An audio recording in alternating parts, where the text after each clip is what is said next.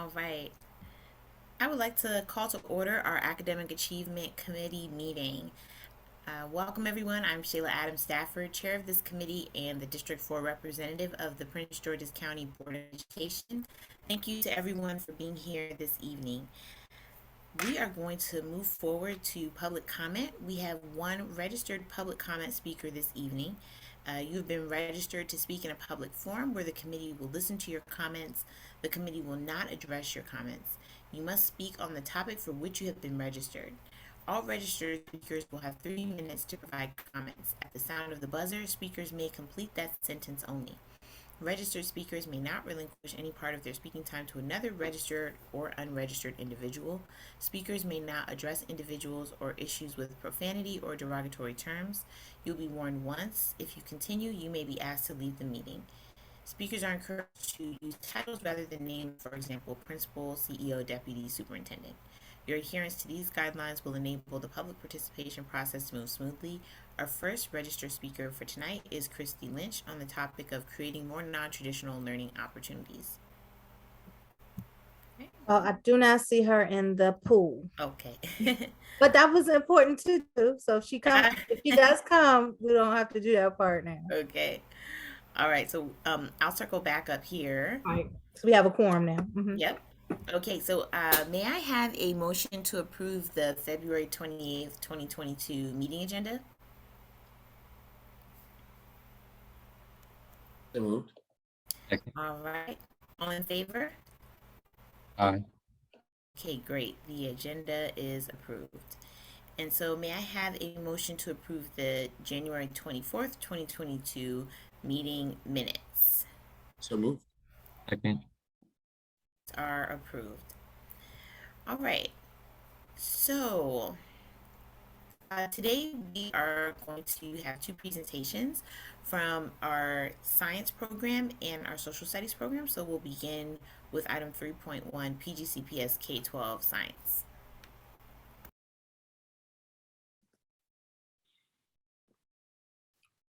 So I guess it's my turn to get started. Well, let me introduce you first. Normally she calls my name. Oh. It's okay. And so no problem. So I was listening to your rhythm, then when you stopped, I was like, oh, she's actually introduced him. Hi, I am Judy White. I'm the Chief Academic Officer. And tonight I have my colleagues here with me. I don't think you've met either of them. So I have the pleasure of introducing Godfrey Rangasamy, Dr. Rangasamy, and Dr. Sandra Rose. So Godfrey is our supervisor, K12 of Science, and Dr. Rose is our supervisor, K12 of Social Studies. So in our hierarchy, Dr. McDaniel is their immediate supervisor, and of course, Dr. McDaniel sits under me. So, but I've worked with both of them. They bring about an extremely just tight program around what we do for students in the areas of science and social studies. One thing that makes them unique is when you always engage with reading and mathematics, you've engaged with 3 supervisors. They are the K12 supervisor and have support staff underneath them. So I have the pleasure of turning it over to Dr. Rangasamy, who will talk to us a little bit about our K12 science program. Awesome. I'm going to have Dr. McDaniel drive my slides, if you don't mind. And that way I can be interactive. And then I guess I should have asked, are you all okay? Dr. McDaniel, did you have a preference of who went first? Initially, Dr. Rose was going first, but we can go with Dr. Rangasamy now. Okay, perfect. I'm going to get his slides ready to go in just a moment. While Dr. McDaniel is pulling up the slides, I must thank the committee for allowing us to present our programs that we are passionate about for Prince George's County Public Schools. So that being said, I'll start with our K12 science program. And from what I've heard, you guys have previewed the slides prior to this presentation. So I'm not going to dwell in the weeds. I'll just paint the picture. So as you're aware, we are living in a changing world, and science is no exception. So what you see here is where we are trying to go from back in the 90s. For example, when I took science back in high school, it was so disjointed. The term they use is siloed. The world does not operate like that anymore. So our science curriculum has evolved to a point where it's highly integrated. So tonight I'll paint that picture, what it looks like. So the takeaway from this slide is that all I want you guys to understand here is what is the next generation science standards. Focus on those three colors.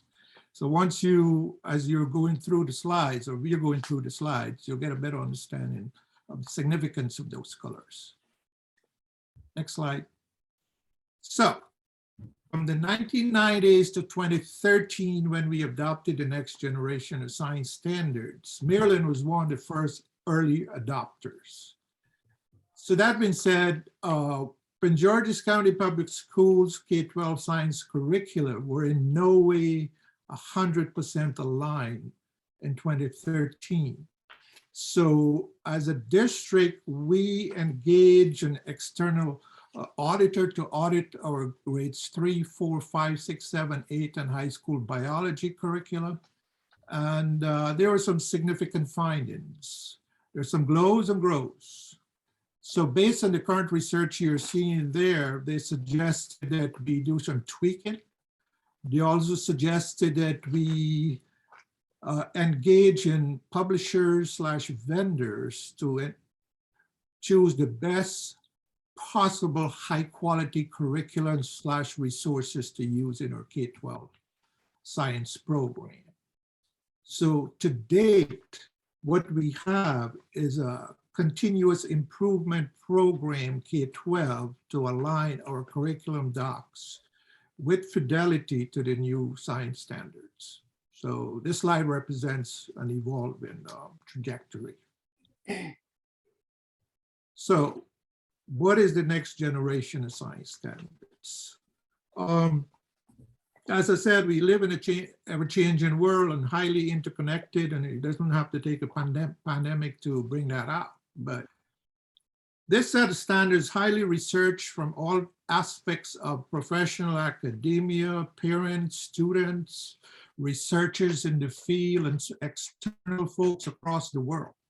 So that being said, there's some major shifts in terms of the vision of what these sets of standards represent.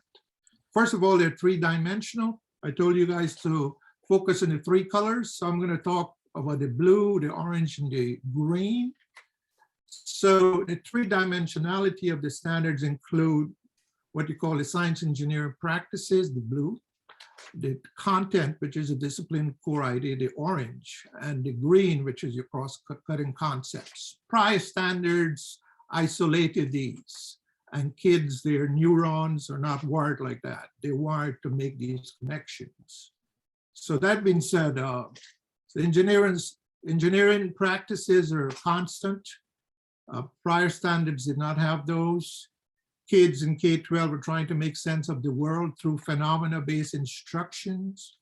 And of course, it's STEM. I added a second STEM there. Most of you are probably familiar with STEM to be science, technology, engineering, math. The pandemic brought out a gap and an inequity in students or STEM professionals of Black and brown color. And that's the second M, medicine. So as you know, the status quo in terms of STEM professionals is not as colored as we would like it to be. So hopefully these set of standards that we implement with fidelity should flatten the world and support our diverse population in the district. And of course, literacy is all over these set of standards, as you'll see during my presentation. It addresses all standards, all learners, irrespective of disabilities or any learning challenges. And of course, problem-based learning and projects are embedded throughout the K12 curriculum. Next slide. So I'll start with those three practices. Three dimensions. This octagon you see here represent the 8 science engineering practices. What I'd like you to take away here is the kids will be doing investigation. The key word here is doing science. In today's world, 21st century and beyond, kids are problem solving, producing solutions because of the nature of the standards and the engineering piece that was lacking in previous standards. So these science and engineering practices are very visible in all our K-12 curricula, where kids are investigating, they're developing models, they're supporting their writing, analysis of data, and they're supporting literacy throughout, and supporting math and RELA too, as you see later on. Next slide. What does that look like for the green one? I'm not gonna get into the weeds, but the cross-cutting concepts is what you're looking at here. There's 7 of them. I'm just gonna highlight a few so you get an idea. So the average kid, irrespective of content, can introduce things like patterns. Forgive me for that phone. I'm in my office at home, so sometimes, yeah, sorry about that. Patterns, cause and effect, scale, proportion, and quantity, systems and systems model, and so forth. So that there makes the connections to content, both intra content. The next one.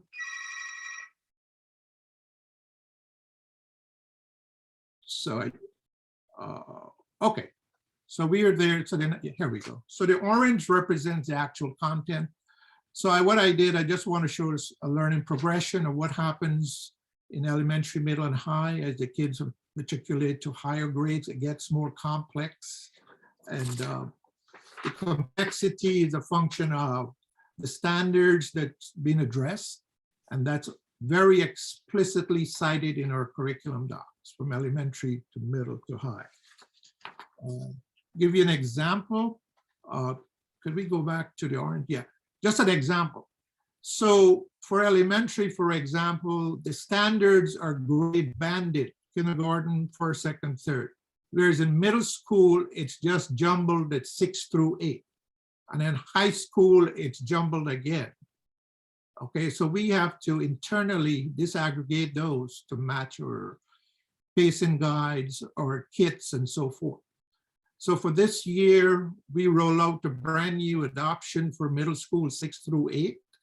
So where would this standard fall? So like for grades 6 and 8, we have aligned kids. Like the aligned kids would, in this case, would be our rocket sled kids. Kids are interacting with the rocket sled kits to address several standards in an interactive way. Next slide.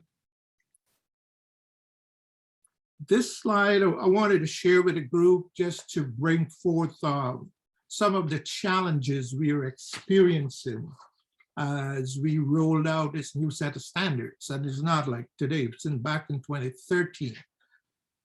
Teachers are accustomed to be in their comfort zone using resources they've used for years. And that's the left column, the traditional, where you stand and deliver, memory, and so forth. New set of standard puts the student in the forefront.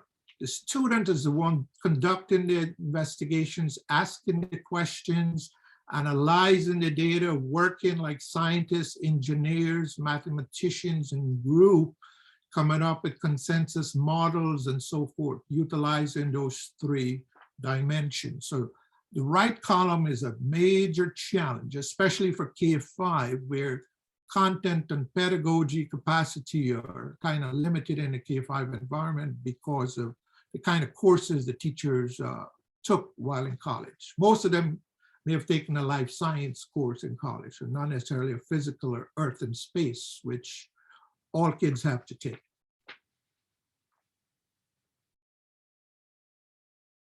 So what does that look like in our K-12 curriculum?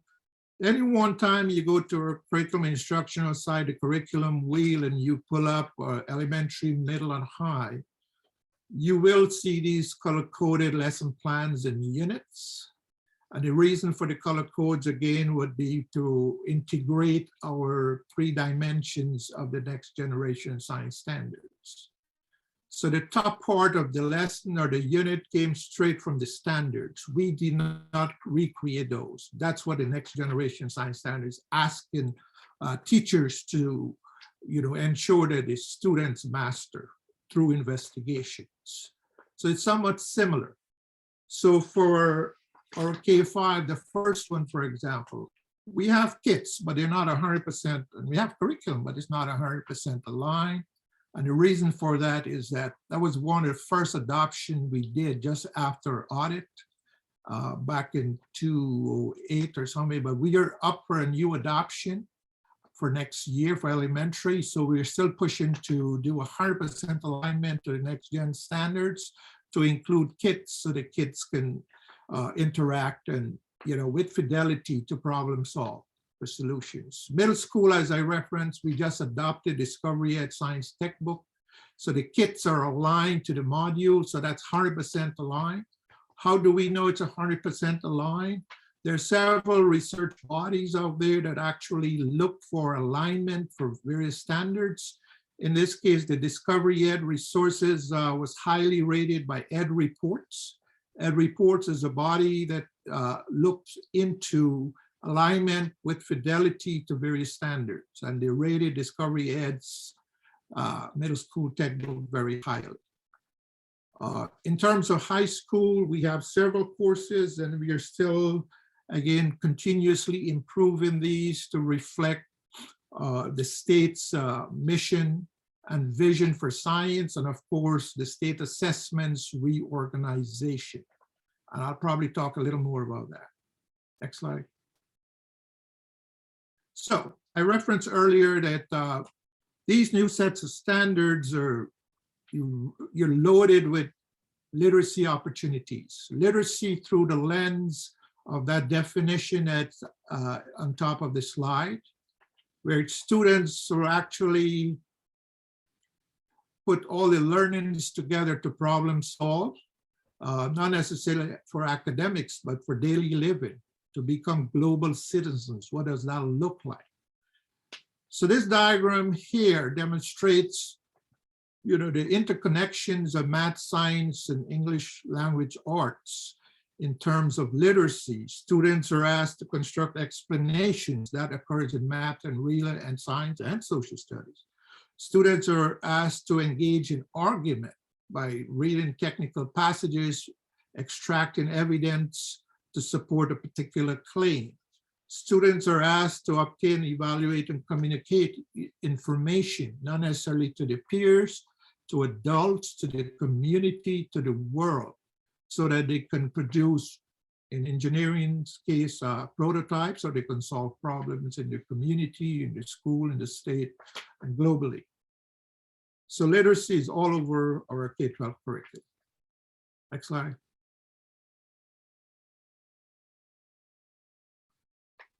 Of course, the research points out, or the new next generation science standard points out that you don't teach science for the sake of science. Kids need to experience it outside the classroom.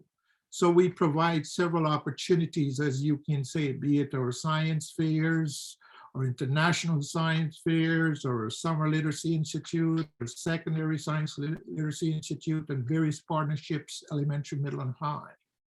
I'm just gonna call out those visuals. You probably heard about Ida Twist. Ida Twist was showcased for the first time at the Macy's Thanksgiving Parade to promote girls in STEM, especially girls of Black and brown color. Hence the reference there in terms of diversity. And of course, there are several other books that we interact with. My counterpart in elementary, Ms. McQuaid Simone, she actually, I consulted with her. She said they actually use these series in her K-5 environment for real, to get it more enriched curriculum. The second set of images, recently, because of the pandemic, we normally would engage folks to come in. You probably heard about the USNS Comfort, the docks at various states and so forth from Norfolk, Virginia, and support the community health-wise, be it vaccination or what. So one of our schools, Oxon Hill Elementary, engaged their staff, and they actually zoomed in and got the kids to ask questions and interacted with the STEM professionals on the USNS Comfort. Pretty cool. And those are the kind of real-world applications you will see interspersed as appropriate in our K-12 science curriculum. Next up. slide, sorry. So resources. There are several resources, and we try to support all learning styles as the shifts of and vision of next gen, all learners, all standards. So we tried to differentiate as much as we could to supply various, to produce or share resources to supply all learners, to support all learners. So as you can see, we have a variety of elementary resources. We have supplemental resources, middle school the same, high school, we have several. Some of those are free, like PhET simulation is free, Concord simulation is free during the pandemic, during distance teaching and learning for a disruptive learning environment. These simulations came in handy where kids interacted with these virtual labs, if you may, but generated data, analyzed data with fidelity through the three-dimensional next gen. Next slide. So for assessment pieces, I'm not spend a lot of time on this, but as you're aware, formative assessments guide practitioners in terms of where the students are in terms of mastery of various concepts and standards. So we have a variety of these in support of our K5 students. We have benchmarks, we have unit assessments, module assessments, teacher-made assessments, HMH assessments, and of course, in the 5th grade, as a matter of fact, next week, the testing window opens for MESA 5 and 8, March 7th. So we are in the thick of supporting schools and teachers and principals around what that looks like for test prep. As of today, I was in a meeting today supporting some principals and assistant principals, middle school, in terms of what that looks like in their buildings on a chat and choose series with Area 2 office. So we do collaborate a lot with Area 1, 2, and 3 offices. Same for middle. For high school, I mentioned there is a shift. And I know everyone is aware, the state shifted the integrated MESA assessment to more life science. Hence, we had to resequence our high school science courses. So for 9th grade, we have the biogeochemical systems course, and then we went back to biology in the 10th grade. So every student in the district has to take biology. State is also working on what the end of course assessment looks like. Last meeting we had with them, they're saying that the kids do not have to pass the end of course assessment, which is about 20%, but they have to pass the course. The details are forthcoming. I'll share that with the group once the state flushes that out. Next slide. All right, so we started building teachers' capacity around next gen back in 2013. And as I said, is a state of fluidity, continuous improvement. So we continue to support our teachers, administrators, and other stakeholders in the building and the community around high quality professional learning opportunities using our high quality curricular resources. So as you can see, we are in the thick of offering a variety of professional learning opportunities. Newsella is a new resource that we acquired across grades 2 through high school, and it aligns very well with the vision and mission of the next gen in terms of students writing more around scientific explanations.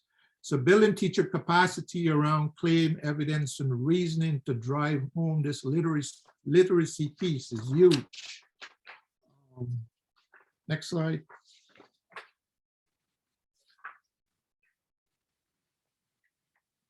So we have some interventions that we have been working with various stakeholders, both internal and external.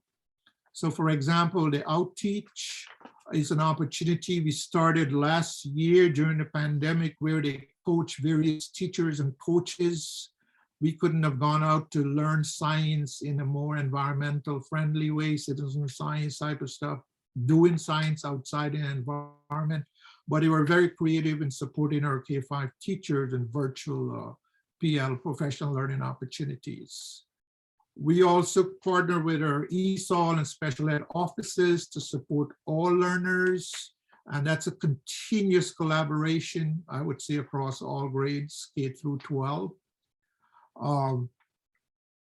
And of course, back in the distance and teaching and learning, we developed videos to K5, which I think teachers still love. We still love them and they still use them because of the interactivity of those videos.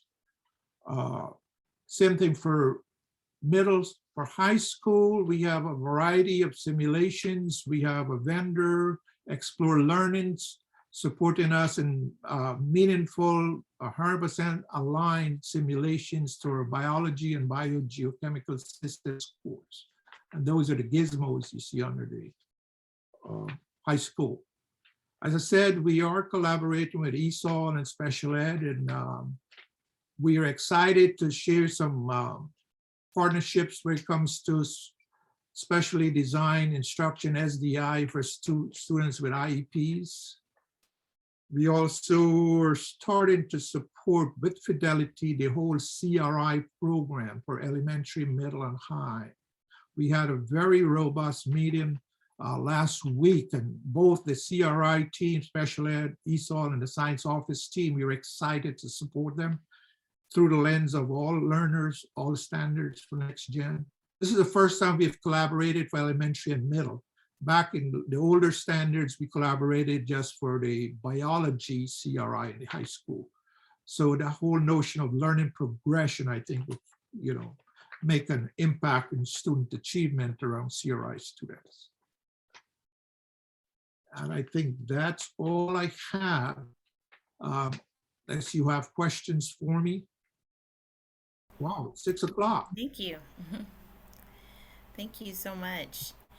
I appreciate this presentation and welcome board member Montero. I just had a couple of questions, and I think I have 3 questions. I know that you talked about our transition to next generation learning standards, and of course that's awesome. I wanted to know just how do you feel the professional development has supported teachers with that shift, and just generally do you feel like teachers are embracing that shift? I also wanted to ask about where's my question here? I know that you talked about project-based learning and just inquiry-based learning, and this was just out of curiosity. Are teachers using a specific lesson plan template that supports with that work, like the 5E lesson plan?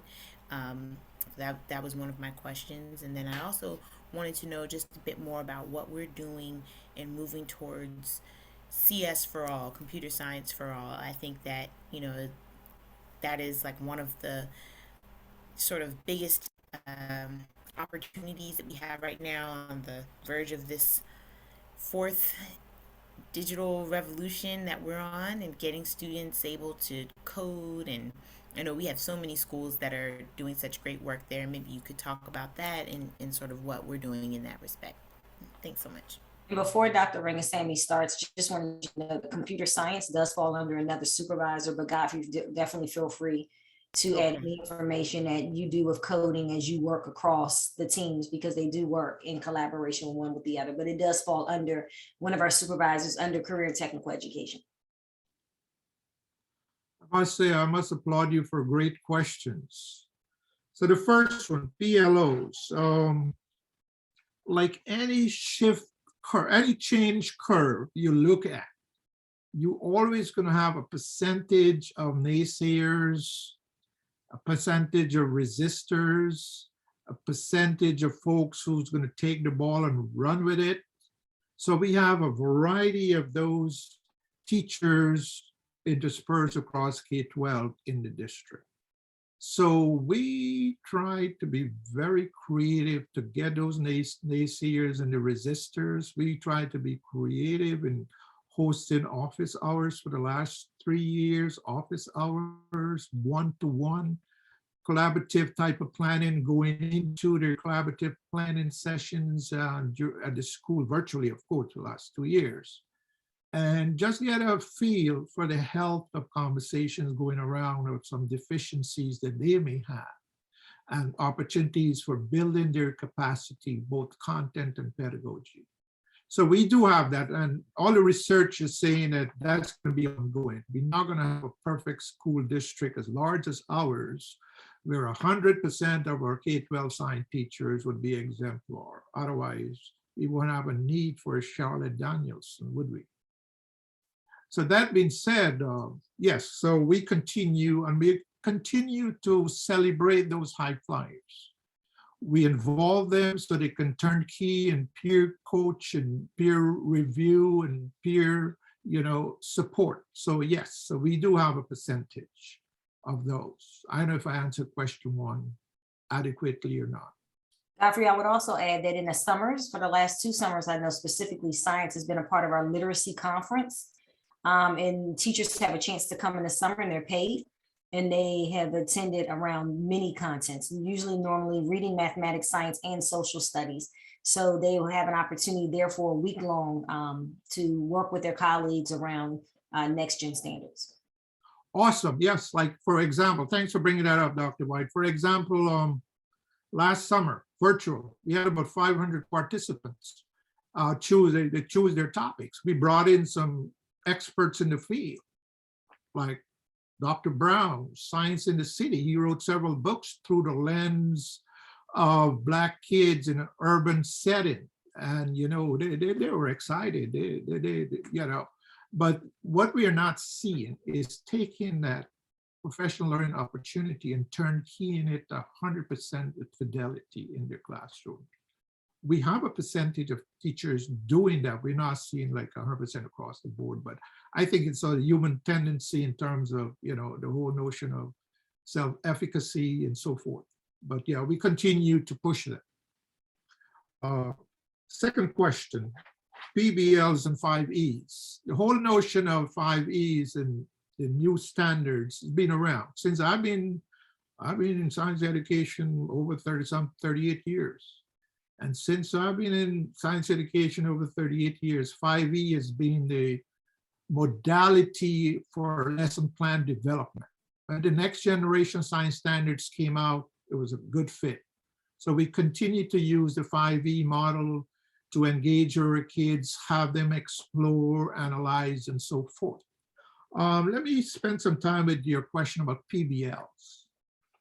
So project or problem-based learning. So back in the day, there was an institute titled Buck Institute of Engineering. I know if you're BIE.org.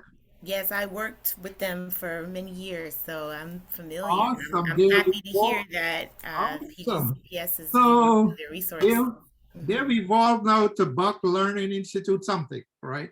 So what I'm going to say, like, that organization is like James Brown. They're like the godfather of PBLs.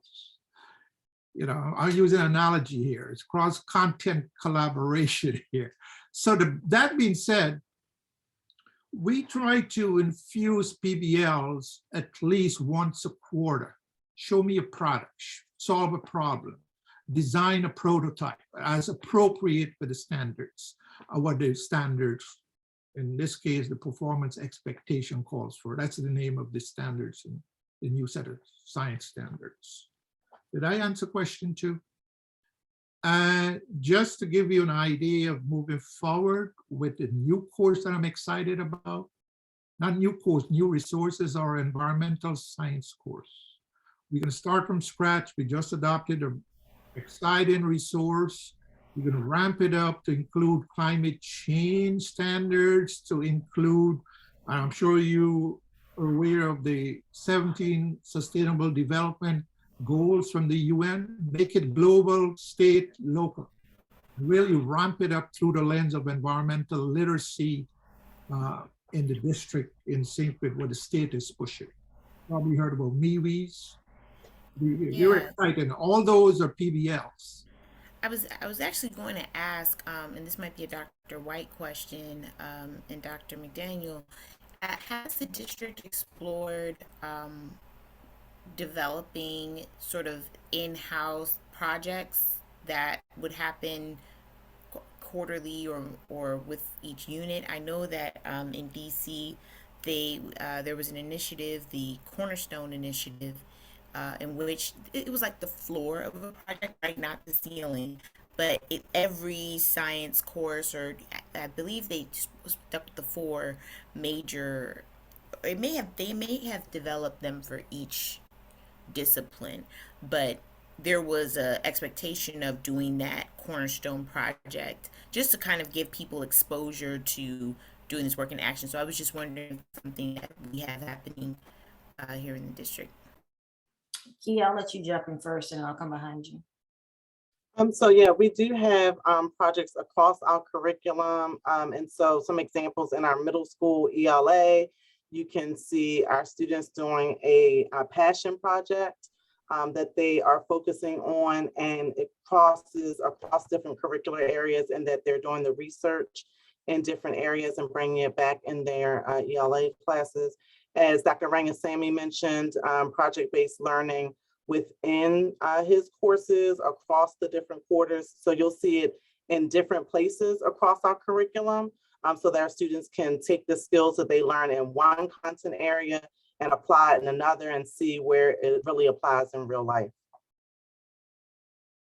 Yeah, and I'm sure once you hear Dr. Rose, she does a lot of project-based. And then additionally, I would say when we had our literacy plan, and we were really focused on high school students and middle school students, we even took the literacy plan down to elementary, so that when kids had an experience also at sixth grade across all four contents, they worked through one literacy task that allowed them to integrate each core content in order to get to the end result. So it's definitely a conversation that it stays fluid. Dr. McDaniel and I are both familiar with the Cornerstone. We've actually even looked at those and talk through, you know, how it's like, what did I learn in third grade, right? And it goes through a theme. So it's something that we're, you know, definitely continue to have conversations about.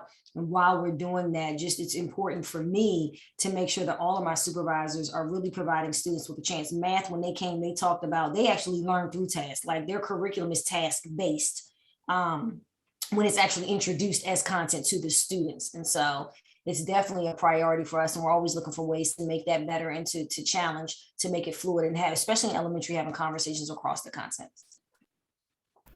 Yeah, I know that there are a lot of great open source projects out there that could just be, like I said, a floor, not the ceiling, for some of that. And I think with all the work that you all are doing around culturally responsive teaching and learning, it's a great opportunity to involve students in the design as well, getting some feedback from students on, you know, what topics they would like to see as well. So that's really encouraging to hear. I think the last question was around computer science. Awesome. Dr. McDaniel, can you go back to slide 4, please, on my presentation? I want to use that as the guide to the third question. Yeah, give me 1 second here. Pull up that particular slide.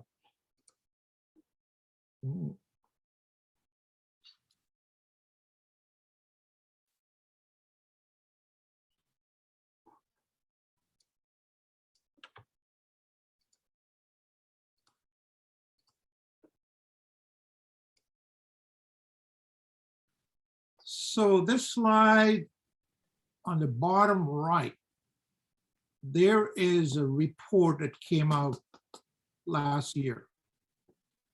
And it talked about science engineering preschool students in elementary schools. It also talked about the notion of starting STEM pathways early in K-5 that is lacking currently across the country, across our district. That STEM pathway conversations start too late. That's what this report is saying. So that being said, this whole notion, computer science all over this document. So as a district, we have started in collaboration with our STEM supervisor, Dr. Martin Latif. So she and I collaborated in several occasions where we would support the use of computer science programming and grants and so forth to support K-5 kids, to start that pathway. Most recently, last week, something came through University of Maryland. How can we support a computer science programming in elementary schools centered around populations that are sometimes not represented, like ESOL and special ed? So they asked for a letter of commitment. So we're working with them towards to see what that looks like in terms of supporting, computer science in the early grades.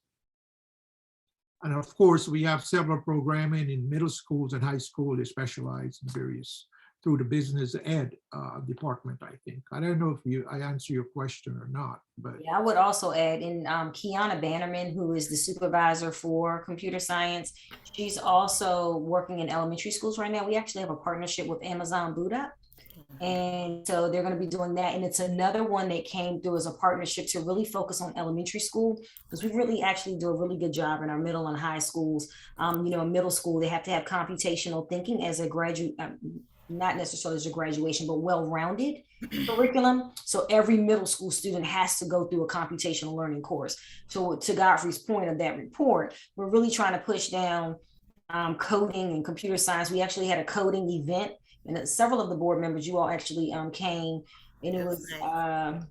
Our code for girls. Yeah, maybe 2 months ago. We have a school that's involved right now under her, where it's coding. We have one of our high schools, we have a girls coding team who actually won some awards, but we're really trying to figure out how to implement it more and push it down farther into elementary school. One other piece too I want to mention with the elementary, seeing that it's an area of need. And I work closely with Dr. Whitehead, and she sent me an email the other day and said, Godfrey, do you want to support summer school in K-5? I said, yes. So now we are collaborating with all the content areas to push, like, what would a STEM Friday look like, or a STEAM Friday, putting it all together, talking about literacy, K-12, let's look at K-5. And these are kids who have challenges, right? So that's our summer acceleration, board member Adam Stafford. So we're working on what that looks like. I'm excited to be part of that group. STEM it up, STEAM it up through the lens of computer science and everything else. Yeah, no, that's awesome. Thank you so much. You're welcome. Do any other board members have any questions for Dr. Rangasamy? Okay. All right. Thank you so much for joining us this evening. And we are going to now transition to it's 3.2. And so we have Dr. Rose here to talk to us about our social studies, literacy and social studies. Thank you. Hello, and thank you so much for inviting us out to come and share with you this evening. I'm going to share my screen now.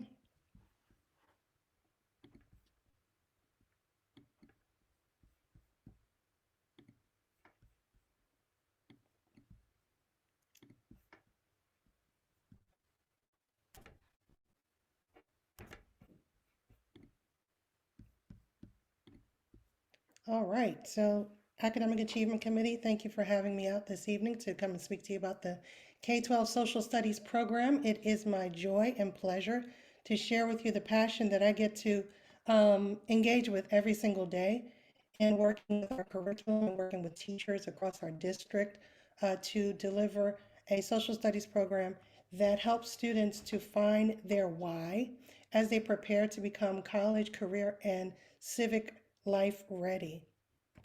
So all of Prince George's County curriculum for social studies is based on our C3 framework. And C3, right, college and career, civic life, getting students prepared for that and looking at how we can use our literacy skills to be able to access the core content for social studies.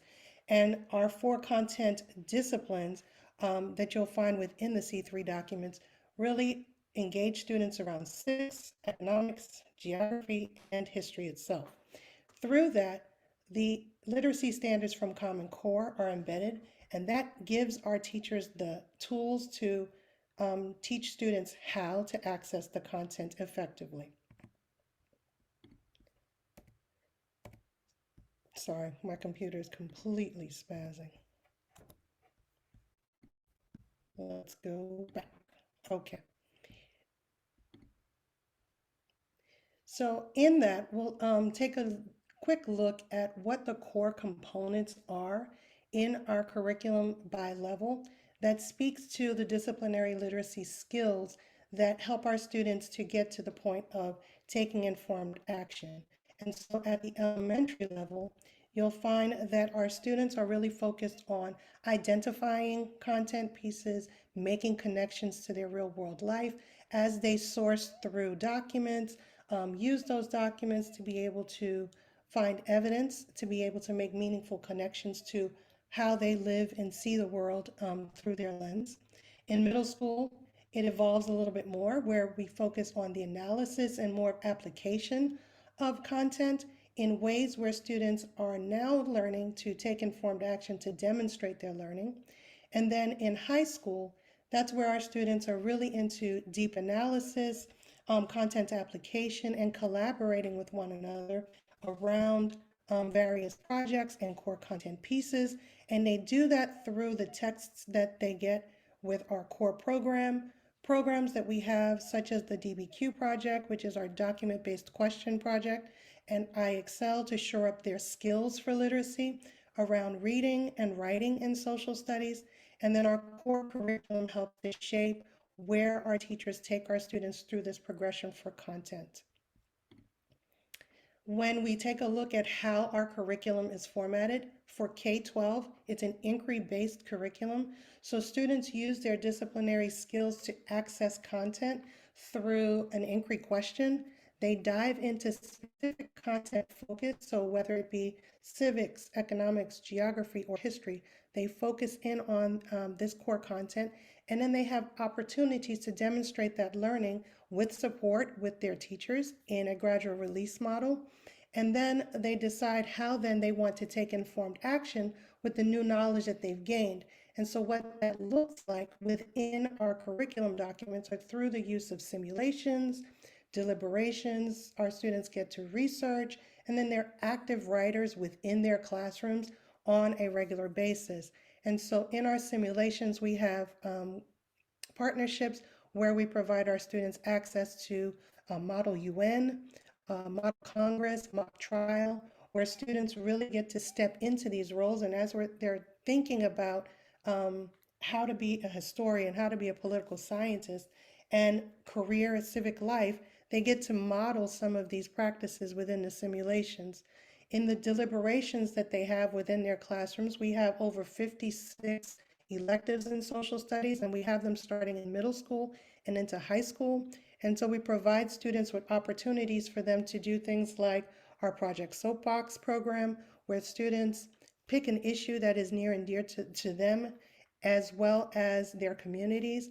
And then they run through a research problem where they look through the information to see who can we contact to solve this issue. And then they deliver a 3-minute call to action speech. And then from there, they enter an action civics project where they now start to solve these problems within their communities. And so you'll find deliberations like that within some of our elective courses, like deliberative talk, or within our government program for LSN, where they get to do it with Model Congress. And then with a lot of the programs that we work with Student Voice Initiative in the district, that's where our students get to really think about locally, how do the global issues affect us in our respective spaces. Our students get a really deep opportunity to research specifically as it relates to History Day. That's embedded within our curriculum documents starting at grade 6. And our History Day projects allow our students to find their voice in research. And so it's great that you have something to say, but now you really have to back that up with evidence and reasoning so that when you have the stage to be able to speak about what the historical context is about your particular content and or topic, that you're well informed. And so this is what learning in the social studies classroom looks like in Prince George's County Public Schools.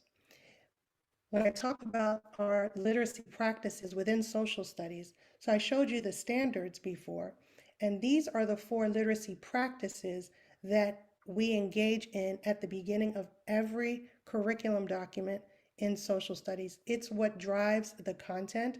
So we teach students about sourcing and what that means in the era of making sure that information is legitimate. This is where our students really get to question documents in ways where who wrote this? What perspective is this person coming from? Do we think it's reliable? How do we know it's reliable? And then that's when we get into the corroboration skills, right? What do other documents say about what it is that you're reading here? Can you find something that will corroborate this information? What are some other possible documents and or sources that you can use to be able to do so?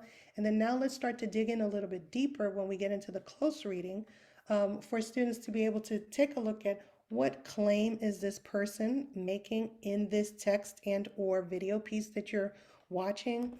What does the language mean? How does it persuade others as we start to really have this conversation about historical context and civic practices? Where does geography play a role in this particular content piece? And so does that matter as we start to engage in why different historical events have occurred in various places and regions of the world? And how do we contextualize this information in such a way? And so contextualization is the 4th of the literacy practices that we cycle through all of the K-12 program with teachers so that they can impart that with students. Additionally, for support, as we have been recovering from the pandemic and its effects on instruction, our core program is undergirded at this time with learning recovery opportunities for tutoring, which is open to all of our middle and high school students in social studies at a 1-to-4 ratio, where students who are struggling writers get an opportunity to work with a tutor who will focus specifically on academic writing with them. We've provided opportunities for skills, shoring up skills in grades 2 through 8 with an online platform for students in needs of that skill support through our iExcel. We've also provided supplemental instructional materials through the DBQ project, and that's directly embedded into the curriculum. It supports critical reading in social studies and writing. So the DBQ project is a document-based question where it allows students to really focus in on a historical question, look at all of the documents that are associated with that particular question, and then engage in a thrash out where they debate, deliberate, simulate what's happening, and then really dive into the content in a way where it makes meaning, and then they write about it in an essay. This essay style writing for the DBQ project directly mirrors the writing that our students in middle and high school will have to do for the MCAP program in social studies. 8th grade middle school MCAP will be piloting this spring in social studies, and then there's the high school assessment in grade 10 in social studies. And so these pieces really support the academic work that our students need to do in order to be successful in the social studies program for graduation requirements in the state of Maryland. All of our textbooks as well as supplemental resources are digital. Social studies is a fully digital curriculum, as well as the resources that we provide for our teachers. Last year during the pandemic, we got the opportunity to be able to provide ready-made lessons for teachers to be able to adapt for their needs as they were delivering virtual instruction.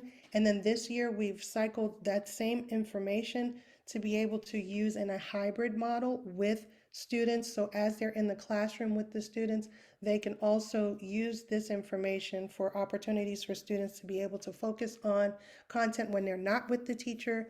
There are pre-recorded lessons in all of our K-5 documents where teachers can see what the pedagogy looks like, and then in turn give those lessons to their students if they missed class for any particular reason, or if they're in need to be able to catch up on some work for some reason, there are videos that are embedded, weekly videos that are embedded in the K5 program for social studies.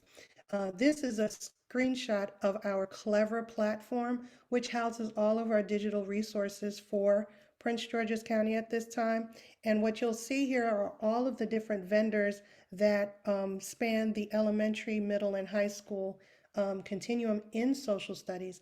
And so all students who are mapped to a social studies class, these text resources go directly to their Clever dashboard. So all of their textbooks are at their fingertips. In our K5 program, our curriculum has, as I shared earlier, weekly lessons that are videoed, as well as slide decks that we provide with those videos so that teachers can modify it as they see necessary. Everything is aligned to the Maryland State College and Career Readiness Standards, which is aligned to C3. We provide assessment support with end of unit cumulative projects, as well as a variety of formative assessments that are embedded within the curriculum through Google Forms so that teachers can get a quick turnaround for feedback with the students. We provide this year for grades 3 through 5 in elementary, now the DBQ online project for elementary. And so now our students are getting involved in that in-depth writing component in social studies as they're utilizing that platform. We also have novels that are aligned with each of our units of study for grades 3 through 5. And so these novels are provided as a classroom library for our students in K through 5. And last year we used, through the work of some teachers that worked with us, they turned a lot of those novels into PowerPoint presentations to be able to support teachers as they're using it in the classrooms with their students. And then we created digital libraries with some support materials for K through 5 for the novels that we use in elementary for social studies. Our professional development looks like a very hybrid model for us. We provide opportunities to meet teachers where they are. So we have self-paced learning for our teachers. We've seen an attrition over the past couple of years with teachers coming out for professional development because they're stretched thin in so many other ways. And so we've provided multiple ways to be able to still provide professional development for our teachers. And so we've given them self-paced modules that have been developed by our vendor for IXL as well as for DBQ. We provide quarterly instructional planning support as the office where teachers come out in the evening via Zoom and we provide that support with them. And so we focus on what the goals are for that quarter and then work directly with the teachers who come to this session to really map out what that instruction looks like using the resources that we have at the disposal. And then as Dr. White shared earlier, each summer we partake of the Summer Literacy Institute with the ELA teachers and science. And so we've been really successful in opening up those opportunities for our teachers as we move through the school year and the summer. In grades 6 through 8, some of the similar types of supports, lesson slide decks. So there are no videos in middle school, but there are definite slide decks that are provided for all of the teachers in grades 6, 7, and 8 that are completely turnkey for teachers to be able to use as we think about what the schools are going through with regards to vacancies. We provide these lessons that are ready to go to be able to support the schools in continuing instruction in ways that we know that is to the fidelity to the curriculum so that the students don't bear the brunt of the impact. For middle school, our assessments are quarterly investigations or historical investigations. And then they also have MCAP aligned assessments for grade 8, as well as a variety of formative assessments that we've already embedded in the curriculum. And then the resources are their core textbook, which is through HMH, the DBQ online platform, as well as IXL. Professional development opportunities, because we are a K-12 office, when we plan for our teachers, we create an umbrella of opportunities and then stagger it and differentiate for the various levels as appropriate. Same thing for high school. In our high school program, we have aligned slide decks for grades 9 through 11. And then all of our elective courses, we provide curriculum maps for. And then again, with our assessments, quarterly DBQ investigations, as well as fast assessments in grade 10, because that's the high school assessment for graduation purposes. So systemically, there are 2 fast assessments for grade 10, as well as opportunities for our teachers to focus on MCAP support with their students. As we look at what enrichment programs are available, so I think it's important to really think about, students in this phase of life are really getting inundated with skills instruction. And so once they get that support for skills instruction, we like to provide them with opportunities to apply those skills in meaningful ways. And so that looks like these district-led academic enrichment opportunities in History Day. So we have a History Day competition that is fully virtual now. Since the pandemic, we flipped it over. So our History Day competition is coming up in the next couple of weeks, as a matter of fact. We have a speech and debate program where we have model Congress and debate in the classroom. So that's through our 10th grade course where we have a cadre of teachers who are implementing these simulations in the classroom with their students as it relates to the curriculum. We have a mock trial program with about 11 high schools that participate, and that is in Circuit 7. And so we compete with 4 other counties. As a matter of fact, Eleanor Roosevelt High School was one of the finalists. They didn't make it against St. Mary's Riken, but it was a valiant effort as they competed this year. Again, our Project Soapbox initiative, and that's coming up this week, where our middle and high school students create their 3-minute soapbox speech. They get up on their soapbox and share their idea about how they would like to see an issue get changed, and then they talk to civic partners about ways in which they think that can happen. We also do the MICVA Youth Voice Initiative program, where we've been working with the Student Government Association around that. And so I've been working with all of the student government leaders across our district around the Youth Voice Initiative and really helping students think about governance at their school level and what that means as they connect with one another around a local issue. And then our Model UN program, which is at the middle school level, and it's tied to our global studies class. And then again, the academic tutoring support with the Close-Up Civic Voices tutoring program. And then our middle school components, which is the same. And then this is our office. So it's me and 2 instructional specialists and our secretary. And we do all of this for the district for the K12 office. And so that is social studies in a nutshell. Did I miss anything? And does anyone have any questions?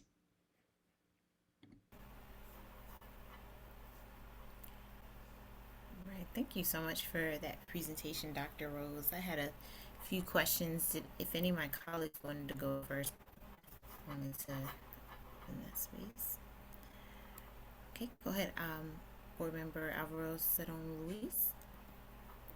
So I'll just try to keep this brief because I know you want to get your questions through. So thank you so much, Dr. Rose, for the presentation. Definitely appreciate all the work your office does. So I just had a quick question relating to the electives offered with this department.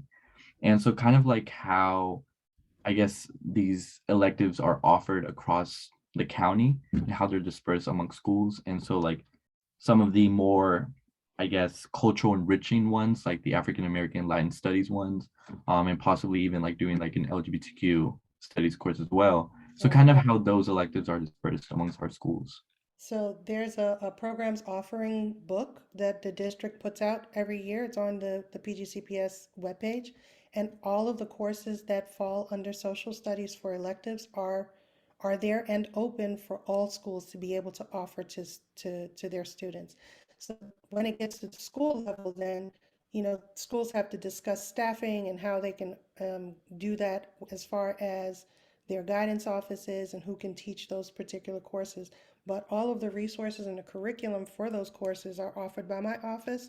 And if anyone is in need of support in implementing that, then they're they're free to call our office to ask for that support. As a matter of fact, in the next week or so, our office goes out and we speak to guidance offices and folks who are creating the schedules for this next coming school year. And so we give them some support around which courses pair well together. So, for example, foreign policy issues and public policy issues are great pairings together, because when we talk about how those courses sort of sit well with one another, or like if you wanted to do a Latin American studies as well as a women's studies and wanted to offer that as a pairing for instruction for the year, that's a way that we sort of counsel the counselors to be able to come back to your schools to share that with you. Yeah, I just wanted to give a quick update. Ellen Roosevelt is actually going to regionals, so we'll be competing with the other circuits. Yeah, And so on Wednesday we go against Richard Montgomery High School, yeah, Montgomery County. nice. So definitely hoping take the win and take the state championship. I'm rooting for you. I'm rooting for you. But those are all my questions. Thank you so much, Dr. Rose. Awesome. That's great. So I wanted to just ask a couple of questions, starting off just with the course offerings. This is just a clarifying question. Is financial literacy a part of one of the electives that are offered, or? So I'll jump in on that. Financial literacy falls under our career and technical education. Okay. We are the first school system, local LEA, thanks to the Board of Education here in Prince George's County, to offer financial literacy. You'll notice on some of the bills that have come through this year, they're considering all the districts offering it. Well, when we got that bill, we didn't have to worry about it because it is a mandatory course for our students to take. We offer that course starting in 10th grade. And there's some gaps, some movement around based on, we have students in so many different planners based on programs that they're in, that there is some flexibility, but we like to see most of our students take that course in 10th grade. Great. And And will this curricular, be the second year, or what year will this be of students engaging in that? Last year was the pilot. This current year is the very first year that it's in place. And then Dr. Rose, I know you do actually do some things with financial literacy through, as soon as you say the organization, I'm going to say, I knew that. Everfi. Yes. Yeah. So if you want to talk about Everfi. Yes, so we begin economic concepts as early as grade 3 in social studies. And so it spirals through. By the time students get to grade 8, they're looking at personal finance, because personal finance is used as their simulation for JA Finance Park in social studies and math.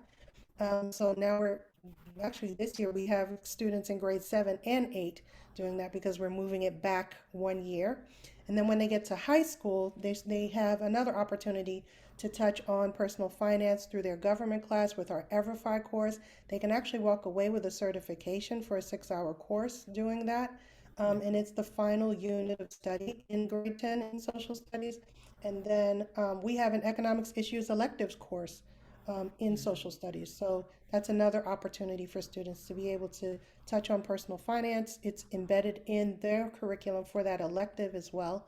And then also in their core text for economic issues. The other thing I would add, that any of our students in high school that's in our quantitative modeling course, they also have a chance to go back as a high schooler back to JA Finance Park. So all of the things that Dr. Rose mentioned are in addition to the actual financial literacy course that they will take for graduation. That's exciting. So it'll be great to get some of the qualitative data, students experience that course, sort of how it has impacted them personally. I'd love to see that. I think that'll be really awesome. I wanted to know, Dr. Rose, what you hope to gain from the curriculum audit. I know that I believe that an audit is happening. Uh, is it happening as we speak now, or is that something planned for next year? I just wanted to know a bit more about what are you hoping to gain from that audit. So because we're so close to the work, the audit hasn't begun yet. Right. We're still in the process of getting contracts and vendors going. But what we hope to get from the audit is a bird's eye view of where some of the gaps are, as close as we are to the curriculum and in looking at where it is as far as a culturally responsive lens, we'd like to get an outside external purview of where are we missing the mark with how we're implementing content in an effective way within the curriculum. Because then the audit also speaks to not just the written curriculum, but the taught curriculum. So it will give us another vantage point that we may or may not be able to get to see sometimes coming into a classroom as the curriculum office. Sometimes it's not as lucid as we'd like it to be, or as fluid as we'd like it to be. Maybe even getting some feedback from students. Sorry, Dr. White. Oh, no, you're fine. I was going to say, and as Dr. Rose, Dr. McDaniel and I talked about it, really wanted to make sure, especially with all that's been going on just in around us here, is just making sure that our students are represented, right? So we know that we presented, but do we have really those explicit moments where our students see themselves, especially in our history? So I noticed, I wanted to just hear a bit more about our AP Social Studies program, and I will admit I'm biased. That was my area. So I wanted to just know sort of what do you see as being some of the greatest opportunities and challenges with students passing the AP exam. I'm really excited to see the work with DBQ online. And I'm assuming those are like they're dealing with directly with primary and secondary sources in that. But are there opportunities for students to take mock AP exams throughout the year where they're under a timed constraint? I found that has been really successful in helping students to pass. And then even students creating their own DBQs uh, as a way to really exercise those skills of those historical thinking skills. So I work pretty closely with the advanced programs supervisor who does advanced placement for our district. The AP Classroom is a really robust resource that our district uses and pushes for our teachers to be able to use to undergird the coursework that they're implementing for students. And in that, it provides a really detailed opportunity for students to not only engage with the DBQ writing samples that are there or the FRQs as well. It also gives students feedback for the information that they're um, accessing and then writing about if the teachers are using these resources effectively. It is like chock full of YouTube playlists for videos around thinking about the different types of questions, how to respond, what sort of lens to sort of bring into when you're reading different types of questions, and then how do you then implement that in a writing piece, and then giving them opportunity to do practice exams as they're going through the course. And so it is a phenomenal resource for teachers to be able to use, and it is associated with their course audit as they're submitting for clearance to be able to teach the course for AP. And social studies has a lot of the AP courses under AP. And so we've done as much as provided AP in lieu of some of the content courses. So for grade 9, you can take grade 9 US history, you can take AP US history in lieu of the US history. So for students who are looking for that challenge can do so. AP world history can be taken in lieu of world history and social studies. And so we've made sure that the alignments match so that the students are getting the same information that they would need for our Maryland content standards in the AP courses. They still meet those same challenges. They're also taking AP Government and Politics in lieu of our LSN class. And then the state has just recently provided up guidance around if students take the AP Government exam, then that they can take in lieu of taking a high school assessment. I'm interested in learning more about that. Now, do we have a pre-AP track as well for students? So pre-AP in high school, Mm-hmm. not explicitly. Because I'm So, wondering, oh, yeah. sorry, go ahead. No, no, it's okay. With students replacing like a AP World with World, I'm wondering how has that translated to passage rates? Because I mean, Yeah. World is a tough Complex. course. Yeah, It's so much history complex. in one year. So in our district, we've also created courses for AP seminars to be able to support students with the skills acquisitions they need to be able to be successful for those AP courses. So that's one way that that's been implemented.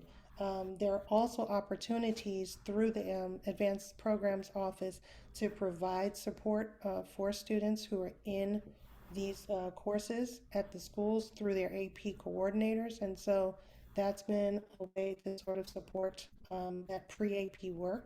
And then through the summer workshops, that's been provided for teachers to be able to support students in that trajectory. Now, if a student were to take, let's just say they decided that they wanted to take an AP World History, but didn't want to do AP US or AP Gov, right? And they just want the same skills, those literacy practices that they need, those historical thinking skills that they need, would still transfer for AP. So while not in name being pre-AP, in practice with the skills that they would need to be successful for AP, that's embedded within our courses. That's interesting. So students are able to elect the sequence of the courses at the high school level? Not the sequence, but they can elect whether or not they take an AP or the actual comprehensive course. Another thing just to mention for AP, so she mentioned that Drika Hall is our supervisor of advanced programs, so AP falls under her. Every other summer through our Title II funds, we offer within our district the top 10 AP courses, and we offer an institute for all of our teachers that are interested in coming, and College Board comes and presents that.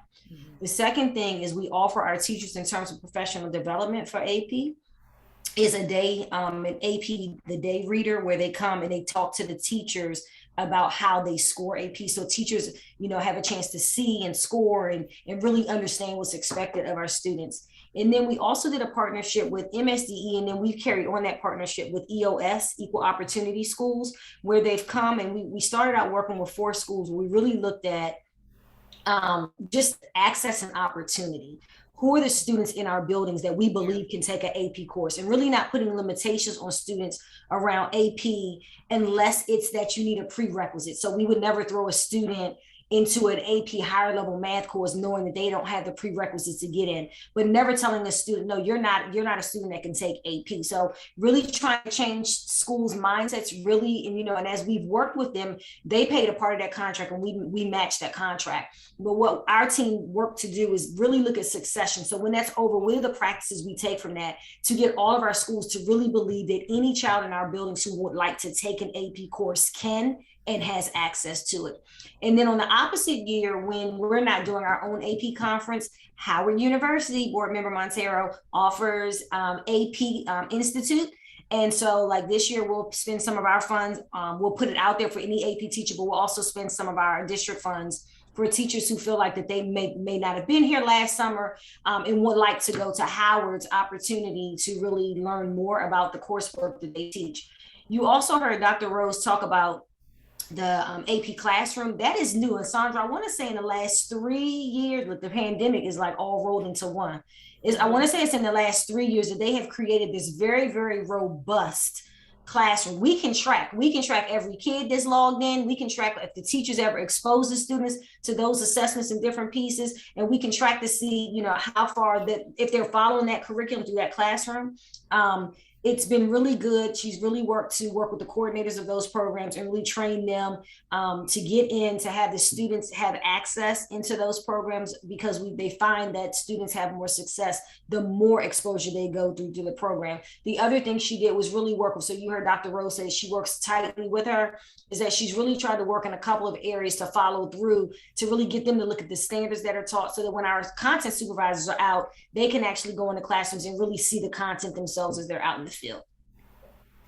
Yeah, no, I definitely am in agreement about AP for all, and I also know just how challenging it can be for students in an AP course when they're having literacy challenges. And so I'm happy to hear about the AP seminar. And I just know one thing that I found success with was emphasizing the test strategy skill of the timed test, the timing and the accuracy. And so in a few districts I worked with, we did sort of like a Saturday mock exam every quarter. And that really supported students in, getting that muscle memory of sitting for that 3 hours and writing that DBQ under that pressure. And so, but yeah, no, I wanted to just last question here. Well, actually, I can follow up with that question. It's just a clarifying question. So, were there any other questions for Dr. Rose? I did want to share one thing about AP. Our district will be one of the national pilots for AP African American Studies. Oh, great. Yeah, That's so awesome. that'll be launching next year. But then our teacher from Frederick Douglass High School will be going for training this summer. Now, see, that just makes me want to go back in the classroom. See, you know what? Forget all this stuff. You got to come check it out. Please let me know. That's my kind of stuff right there. That's awesome. Yeah. So, if are there any other just questions or last comments here? Just pull out the.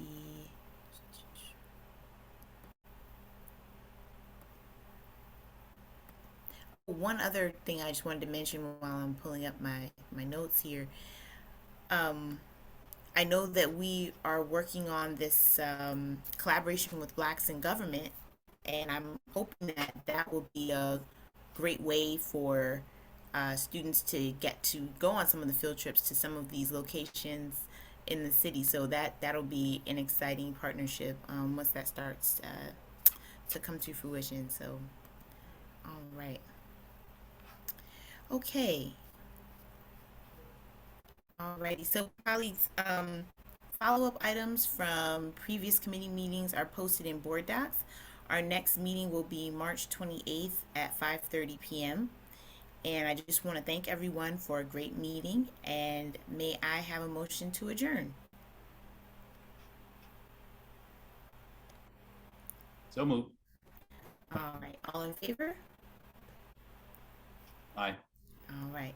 We are adjourned. Thank you. Good night, everyone. Thank you for allowing us to come. Yes. Thank Great you. presentation. Thank you. White, Good night, for just everyone. 1 minute. I had a question for you. Thank you so much. You said me? Yeah, if you had just one Sure. minute. All right. Thank you so Let me much. stop the recording. Hold on. Yeah.